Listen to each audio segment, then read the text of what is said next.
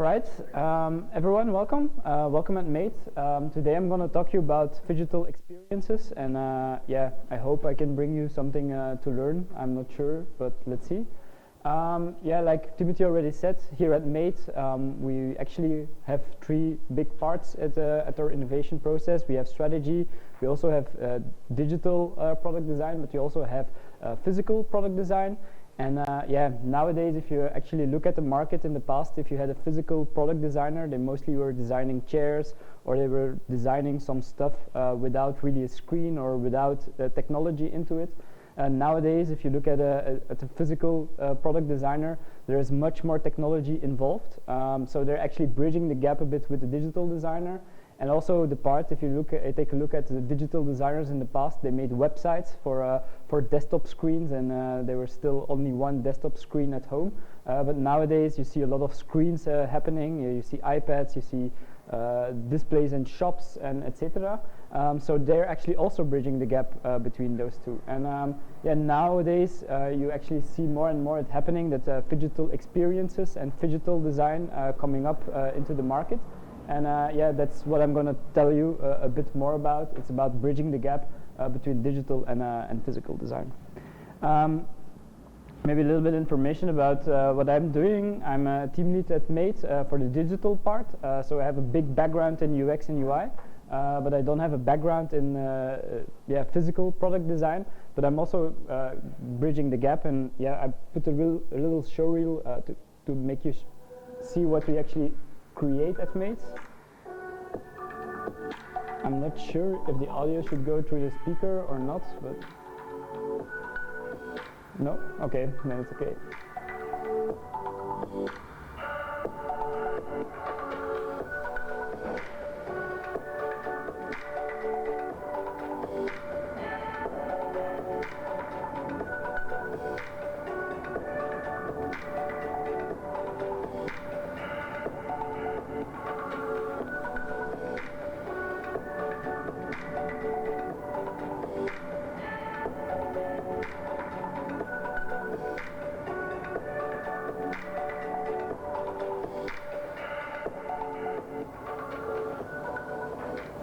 Voila, that's some work we actually doing.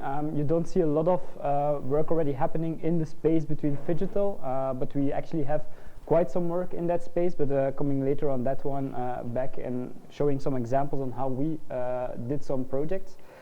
And now it's gonna go again.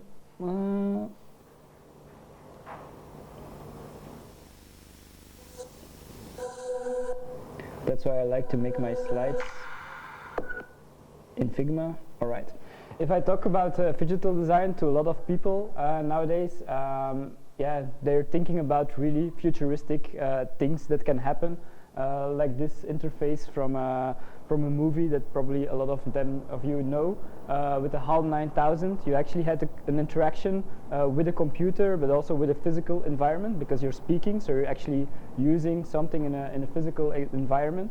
Or people are thinking about Minority Report, where you actually have a lot of things happening in the room. Your gestures, you can control things. So yeah, Phygital design, it's really if you think about it, it's like really futuristic. Or yeah, you have some interactions like this one in Iron Man. It looks really cool, and I also really want to do some things like that. So again, here you see a lot of cool visuals, gestures that are working together. But actually in the end, yeah, if you think about Phygital design, it's mostly not something that's so cool. Okay, here we go again.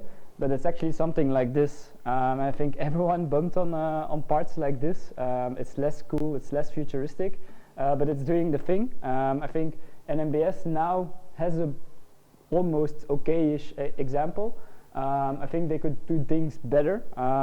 But I'm still gonna rant on it. I think if you're sometimes in a parking garage, you see examples like this. Here already someone took the first steps to put steps on the machine, so you actually know how to use it. And then still it's really hard. First you have to go down, then you have to go up again, then you have to go down again, then you have to go to the right side. But yeah, it happens. And you think like, yeah, someone makes the mistake and probably one or another UX designer will bump into this machine and will make it better.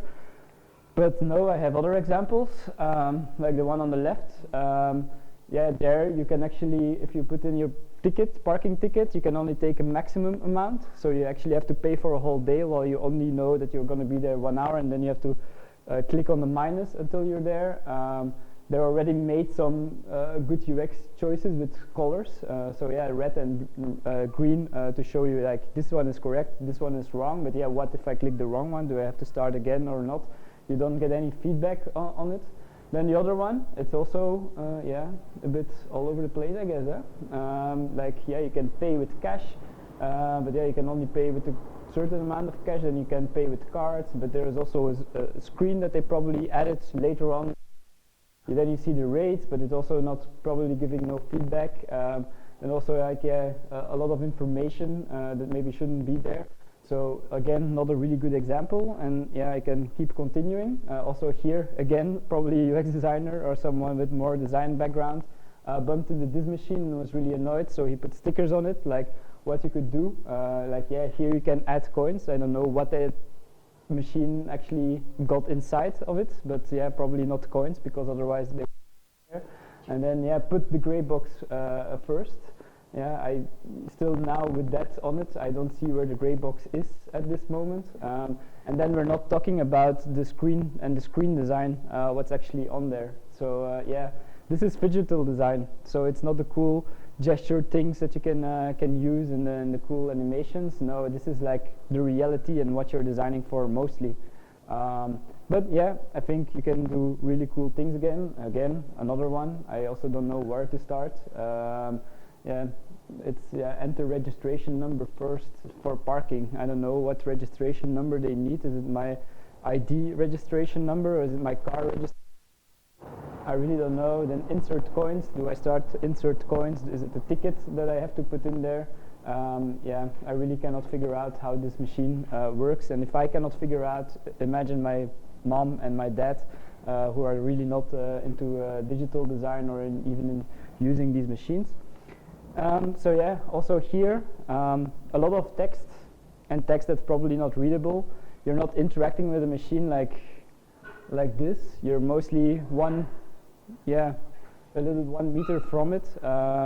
You're mostly bigger. Maybe you're in a wheelchair and you cannot even use it because it's too high for you. Or you're indeed a granny that needs some eyesight. I'm also not a granny, but I also need goggles, so I still need my glasses here. So yeah, it's really not the thing that should be working. Also here, again, another example. Sorry that I'm ranting that much, but I really want to give you the example. Like here also, the screen is not in check with the button, but is it the right button? They already organized everything together, like the payments are on the left, which is already a good thing. Because sometimes you see payments, or like you have to put the coins on the top right and you have to start in the top bottom. So it's also yeah, not really something that has been used or has been tested. And then, like I say, then we haven't started on the UX design on the machine itself, on the screen. This is an MDS. It's already looking okay-ish. I think they could do better. But yeah, indeed, I think there is still a lot of work and still a lot of things to be learned. Another perfect example, this one. It's also Phygital design, because again, you're interacting with these machines.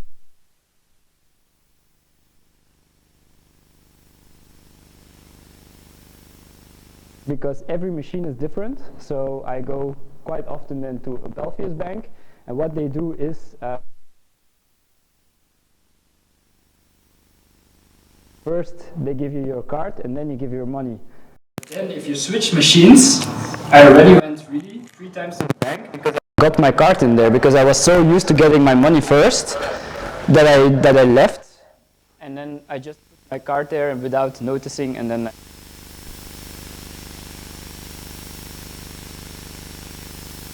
I lose one now. I have a second one, and it's a real story. But again, yeah, I can rant on this, but it's not properly designed, and also there is no UX designer that put guidelines there on how be a big beneficial help on this one, and there should be rules. problem that's actually in the market nowadays. This one, I think if I go to the McDonald's, I really like it because in the past I went to the McDonald's, you go to the frontier, to the and they're, hey sir, can I help you? And they're pushing, no, I don't know. Example, I just go there, I'm on my own.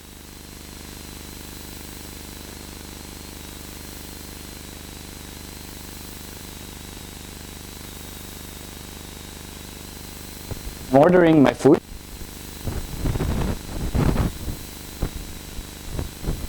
And then I'm going to, very nice, isn't it? And now with COVID, yeah, some, but then mostly the soap is empty.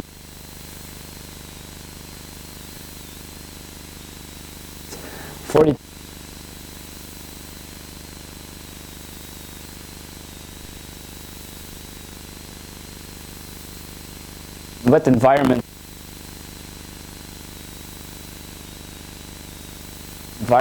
that you put in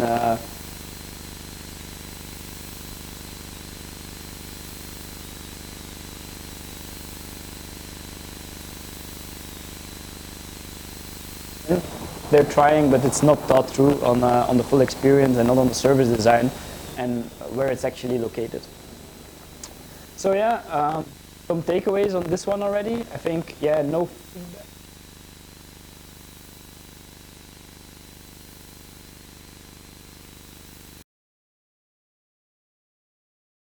There are already examples of lights that's putting up, like, okay, first you a white light, then you see step 2 lighting up. Just with a simple interaction with the machine, it's not very costly because it's just a little LED light and some programming that you can guide it, but it will be a big leap forward to a better user experience. Then, like I told you, I showed now 7 machines, but there is no consistency between any agency or factory that makes those vending machines and has different. They can't create consistent design. And yeah, total failure of people. There are no clues or appropriate affordances on what direction should I take. You should take everything that's on the money side. You put it together. You give it maybe a color.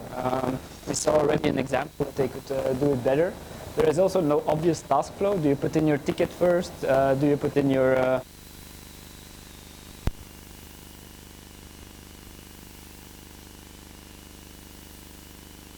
and that already gave a better user experience. The interface, it's also more information. So there are already some takeaways from my rant on the ticket machines.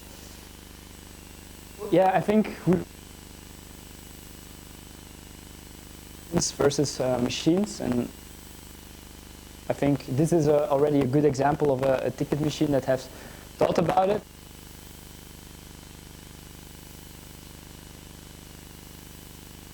It's also collected together in the Gestalt principle.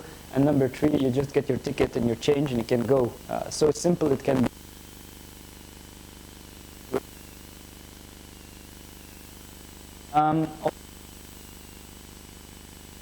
Computer interaction and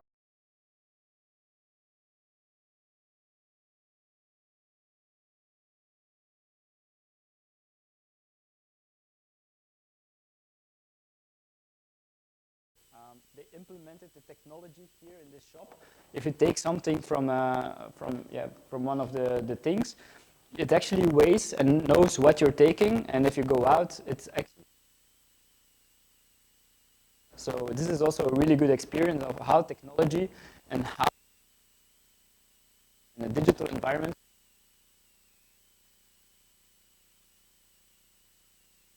Example on how you can actually work it together.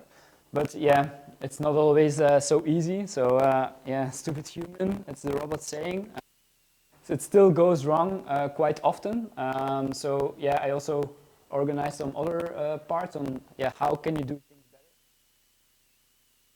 here, and also at Mate we should take it into account, and we actually bumped on it in the past, so it's a true example.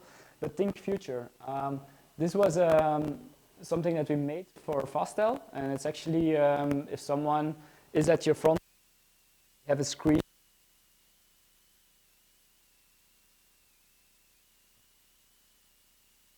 Them in.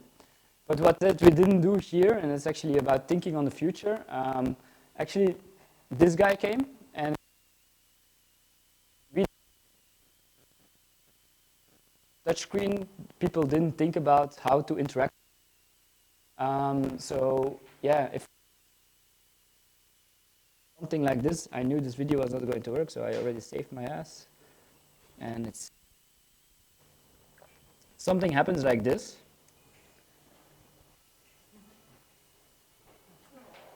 People who grew up with touchscreens, they actually know how to use touchscreens, and as soon as they see a screen, they start to interact with that screen, like this little toddler with a Game Boy. I think if we see the Game Boy, we get some feelings about it, but this toddler thinks it's shit because the screen is not working. Why is it not working?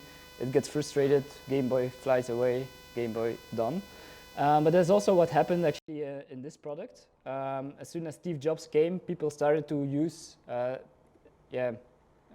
screens, and people started to touch on the screen itself, but it wasn't working, so they got frustrated. And also here, as you can see where the arrows are, that's like the back button, so there is a touch, and it has it was designed that you actually could see it, but for a user that before never used a touchscreen, it would be simple and innovative. But for someone who never used a touchscreen, or for someone who used the touchscreen every day, this was very annoying and they could not use it. So also think future and already try to think about the next two steps where you're actually designing for. Then think hardware. I think we can do a lot of cool things. I think if I take the example of Amazon Go, it's really cool. It's a lot of hardware in it, a lot of sensors. You can also prototype it with Arduinos and you can really test it. And I think, the new technology that's there and that's already there in the past, I think you can do a lot of steps with it and can make really cool Phygital experiences. So this one is also really simple. It's an interaction between someone physical that normally was handing their park ticket or their ticket to a ticket machine, and they change it with a wristband where you have to put your tickets on. And if you interact with it, the lights actually come to life, and I also have a video of it. So the interaction goes like this. It's really simple, but for a child, it's really a really cool experience. Okay, there goes the internet. Nope, I'm gonna try again. So it's a simple interaction and it really gives like a little bump on the user experience. Again, here I think it's not completely without things that are going in the right direction because it's a child. It's a Disney park. There are going to be a lot of childs. If you have a child, you know that every child is going to want to try it. Why are the poles so high? It's only made for adults. So you should also think about it and also think on the physical environment and put the pole down. Also for someone in a wheelchair, it's very hard to maybe interact with this. So it's not only faultless, but it's already better interaction that you can have with the machine instead of just a QR ticket scanner that shows a green screen to someone behind the counter. This is a cooler experience. So think about technology, and the technology doesn't have to be the next cool feature that's there. Okay, here we go again. This one, I think, I searched it up, but the Kinect, it came out in 2004, 2010 maybe. It was also really cool, but it also gave a full new interface to interactions and things to think of. This is I think this is still a prototype. I don't know where it happened or where it is actually existing, but nowadays you can already do it with, if you go to Ace and Tate, you can already check your glasses before just with the camera. So the technology is already that far. But this could be just an environment in a shop where someone is displaying herself to the mirror, and the mirror puts clothes on you, can actually know what interaction there is. So that's also really cool, and it can maybe help people also to have better interactions with your physical and digital products. This one is also an example. I think everyone is going to think that I'm going to talk about touchscreen in the car. I don't know, is there anyone who drives a new Mercedes? No? Okay. But try it. Go to the Mercedes shop and ask to ride their newest car. And try to go and cross the lines on the highway without putting out your pinkers, I would say in Dutch. Everyone knows what I'm talking about, right? Okay. You put out without putting your pinkers and try to go over a white line or even just a striped line. Your steering wheel is actually going to vibrate, and it's going to give you tactile feedback and haptic feedback on what's happening. At first, I thought it was just me on the lines, that it's just like your wheels that you're feeling bumping, but no, it's like haptic feedback on your steering. So you actually know that you're going on the wrong side, or you're not in your lane anymore. So also with like a little adjustment on this, you give a much better experience and also a much safer experience, because you feel that things are not going in the right direction. Also, the touchscreen is nice. I think it's taking too much space and it's taking away the focus of the driver. But I think it's already the right step in the right direction there. Haptic feedback is not only happening in cars, but it's also, for example, happening in healthcare, where you can actually try to do operations from far away. And you also feel if there is a skull or there is a bone, you will feel the bone in that vibration. And it's just like in the past, you could have the same operations, but yeah, you would not feel the tactile feedback, and now you can do it. So it's again, the machine versus human relationship. It's bumping up the experience without putting too much. Yeah, I think this is quite some technology, but it's also nice. You can also do it on a touch screen in a parking space, where you give a little bit of feedback when someone is clicking, or you give a sound when someone is clicking, so they know there is visual, without even visual feedback, there is feedback of the machine that things are working properly. Somewhere that it just gives a tone that you know that the bell is actually ringing. It's also a phygital experience, but you never know if the bell actually happened at the other door, and sometimes you're waiting for 10 minutes and then they come home and they're like, oh yeah, the bell was not working. But it could give already a better experience. So also think technology. There is a lot of technology that you can use. But also, again, stupid human, don't rely too much on technology, because at one point, you can be creating something really cool, something really fun. You have a touch screen and you have something in mind, like, okay, I'm going to use it with these gestures, and then I'm going to make a display on my coffee machine, and this, I want this interaction and this animation popping up. And then you're sitting together, because that's also a big part into phygital design. You're sitting together as a digital designer with a physical designer, and they're saying, that's not going to happen. And you're like, why not? I'm so used to it. It's like, it's in my pocket every day. I can do it. And they're like, no, the computing power of that machine is probably not going to be that high, or the screen is, the pixels are not there. The screen size is maybe much lesser than you expected.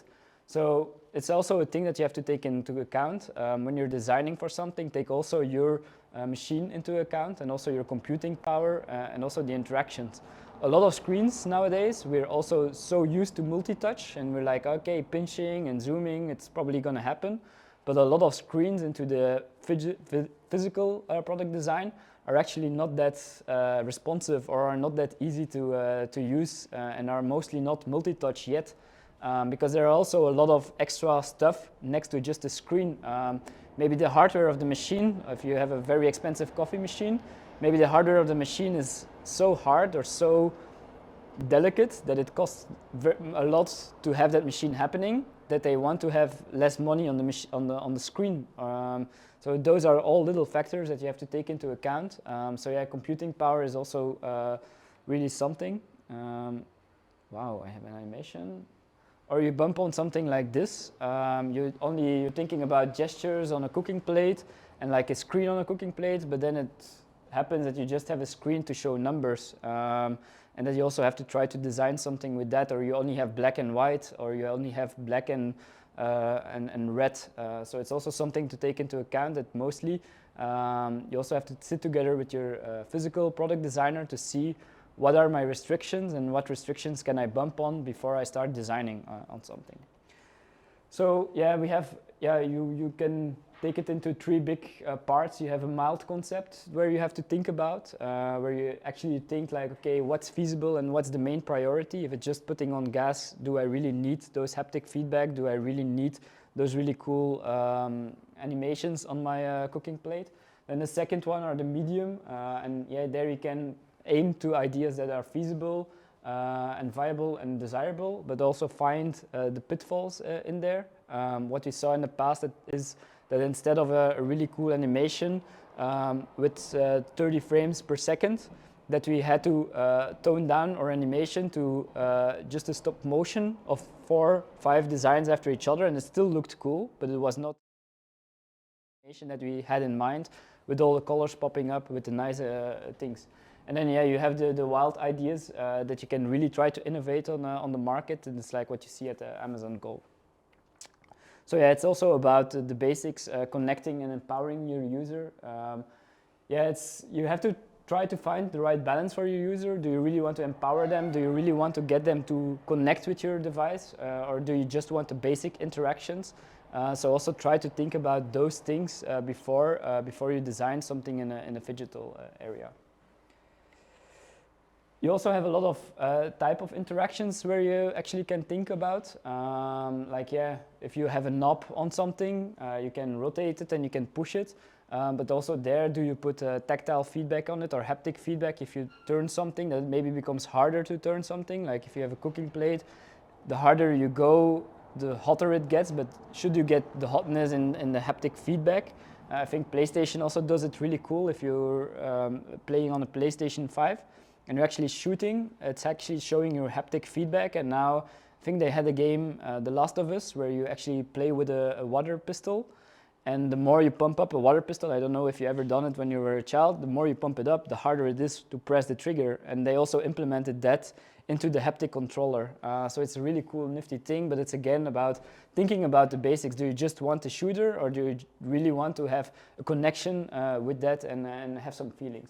But then also in the touchscreen, you really have to think about every type of interaction. You also have to make sure that you sit together with your physical product designer to know if those interactions would actually fit, because the design is not always fitting for those type of interactions. Then think of level of proximity. I think yeah, the Gestalt principle, try to order everything together so it gets much more structured.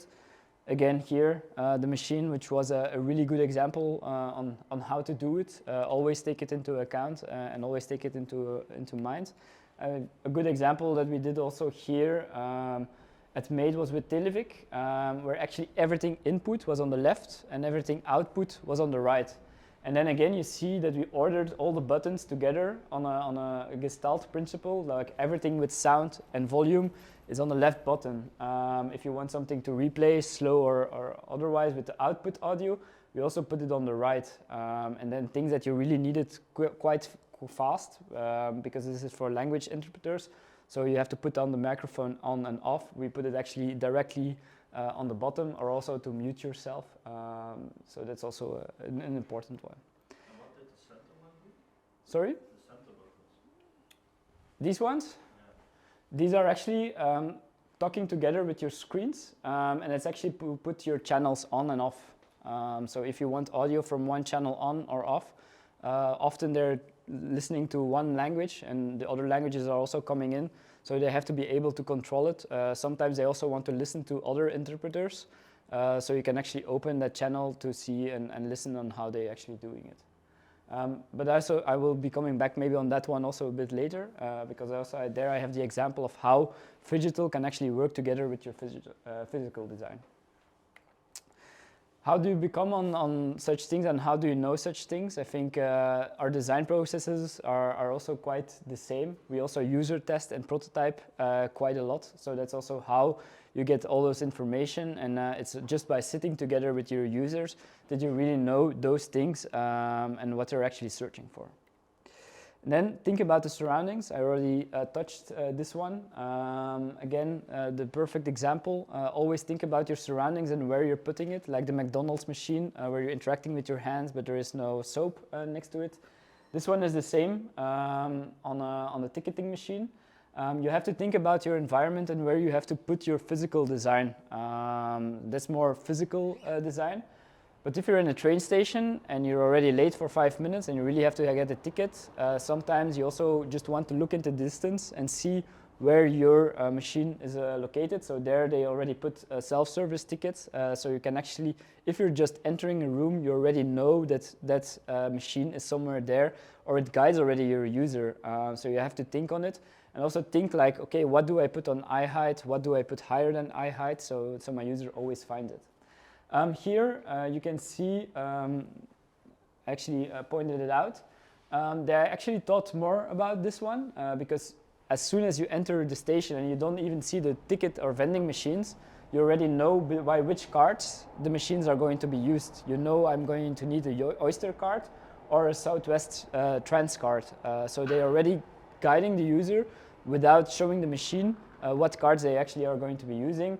And also there under tickets, which is also very clear, you see that you can still pay with cash and a card payment. So they're also already guiding the user without you actually already see the interface of the machine, but they're already talking to the user. So it's also really good to guide your user there and know what environment you're actually into.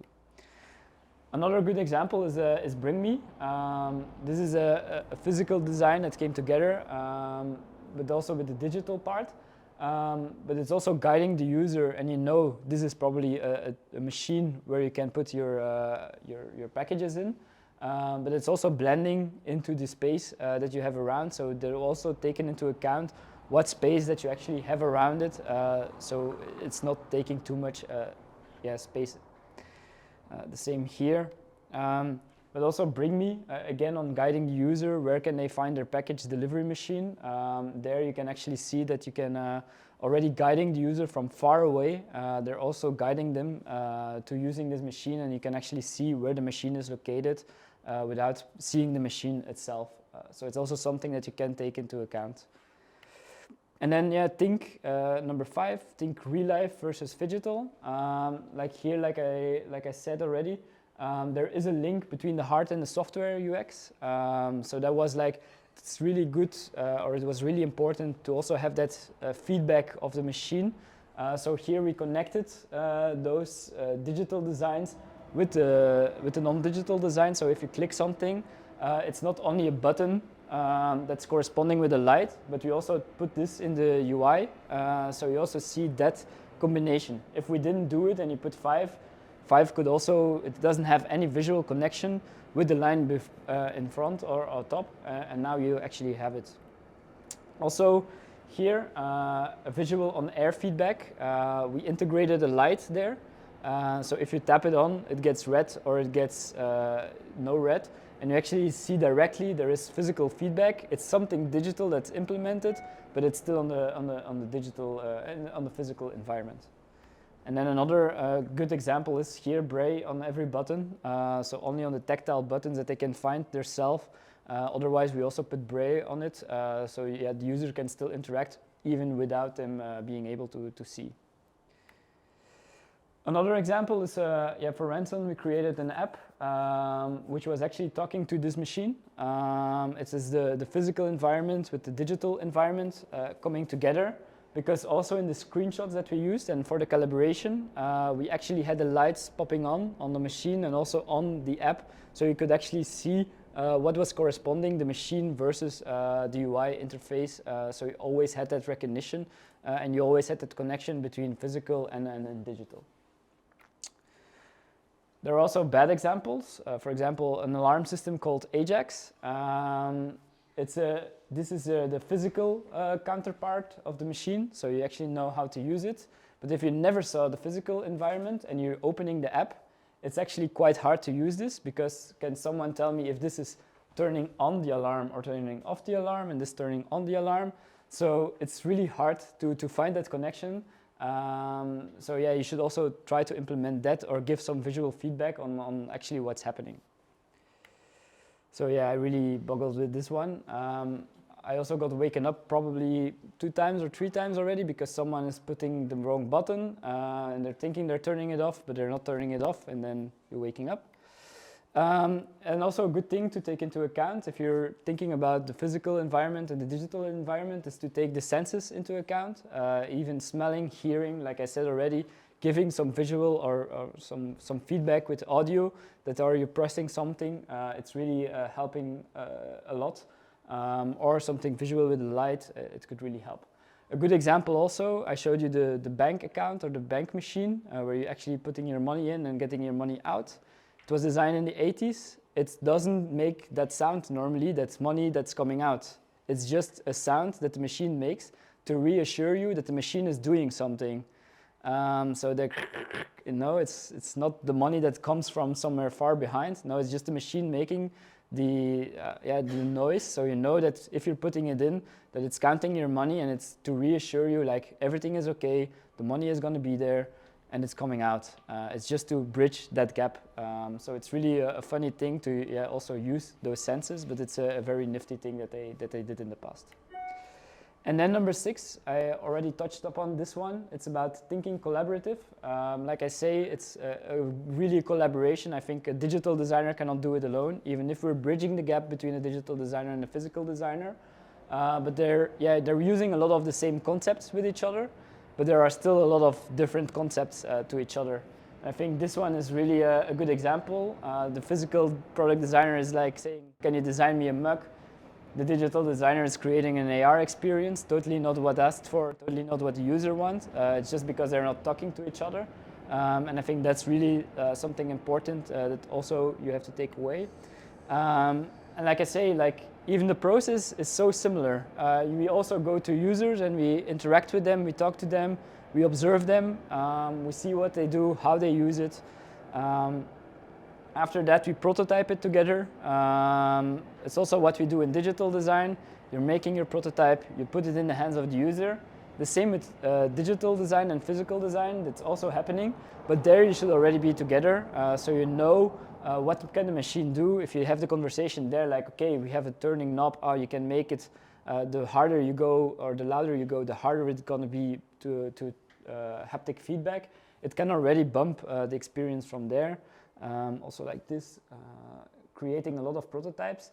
But in the end, it's still different because, at one point, the physical product designer, they have to put everything together. Like I said, there are so many requirements to it. They can prototype as much as you want, but maybe some parts are going to be very expensive. Why they cannot put in the coolest screen in there. So it's really about the collaboration. And also, once they put it together and they send it to the factory, if we make a mistake in our design and we put Mixpanel on it and we see the data coming in, we quite rapidly can shift and pivot.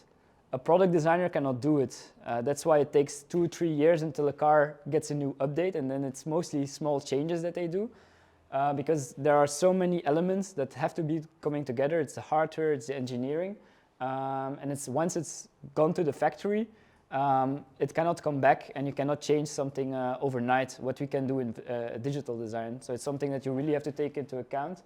And then there is still like the whole assembly line. It takes sometimes even 6 months before it's produced. So again, here, think future. If you're designing something and it takes quite some time before you prototype, before it comes in the factory and out of the box, the market can already be changed quite a lot. So it's really important to collaborate, sit together, also sit together with the engineer, not only with your physical product designer, but also with the engineer there, and to test in every phase that you can. Like I said, we can measure and build, and we can rapidly build something else. But a physical product designer can't do that. Like I said, it's just an MVP version. But if that goes in production, there are no chairs, so it's really hard, and it takes quite a long time to completely design it. Also, thinking about if you have the collaboration, it's thinking about out-of-the-box design. if you have something in a physical environment or a phygital product, imagine that your user is going to get the product and is going to use it without knowing anything before it. You can put a booklet next to it, but probably they have no idea or they're not never going to read it. But straight from the box, it have to work. Think also about that experience. If you make a coffee machine with a digital screen, maybe it's not connected with the internet the first time they pull it out. You also have to think about that, about that flow on how are you going to connect it with your internet router, because you can make a very cool IoT product, but if they don't know how to connect it with the internet, think also about the out-of-the-box experience that you're creating. And that's it. I don't know if there are any questions or remarks. And voila.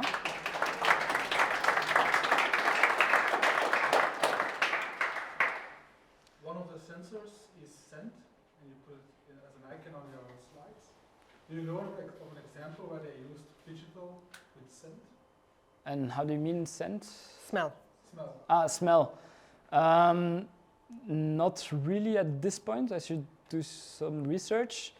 It's not really Phygital, but I know in Tomorrowland they really did a lot of things with scent there. If you went to the toilet, there was a certain scent that they pushed into the air. It was not really Phygital because you have no computer interaction there, but that's some example that you could actually use to get a better experience. Another experience is Apple. If you unbox your phone or your laptop, it always has a certain scent. It also gives like a sort of a feeling. It's more on the product design side here than on the Phygital design side here. But at this point, I don't know or I don't have any experiences with that one. Yeah. Any other questions? No? I've got a question. Yes. It's about those parking lot machines, which I agree look very bad. How do we fix that? And what I mean is, how do you collect the data to convince the people of the parking lot or whatever to change it? Because why would they care? They say, no, I mean, the people they figure out eventually, they pay, etc. What's your case against that? This is true. It's a very hard question. I think I cannot answer it even now. The motivation Yeah. to get used to the machine is quite big. You have to get your car back. Otherwise, your car would be stuck on the parking lot. Yeah, this is true. Yeah, I haven't thought about that, but Yeah, we have a client that is doing parking management, and one of the metrics is the amount of complaints the guards get and the amount of time for taking for troubleshooting, and so how many people they have to pay to be there at night. So the way to change it is that now by default we all go and complain. Yes. yeah, and then convince them. Yeah. I hope that answered your question. Like I hadn't thought about it in before, so. All right.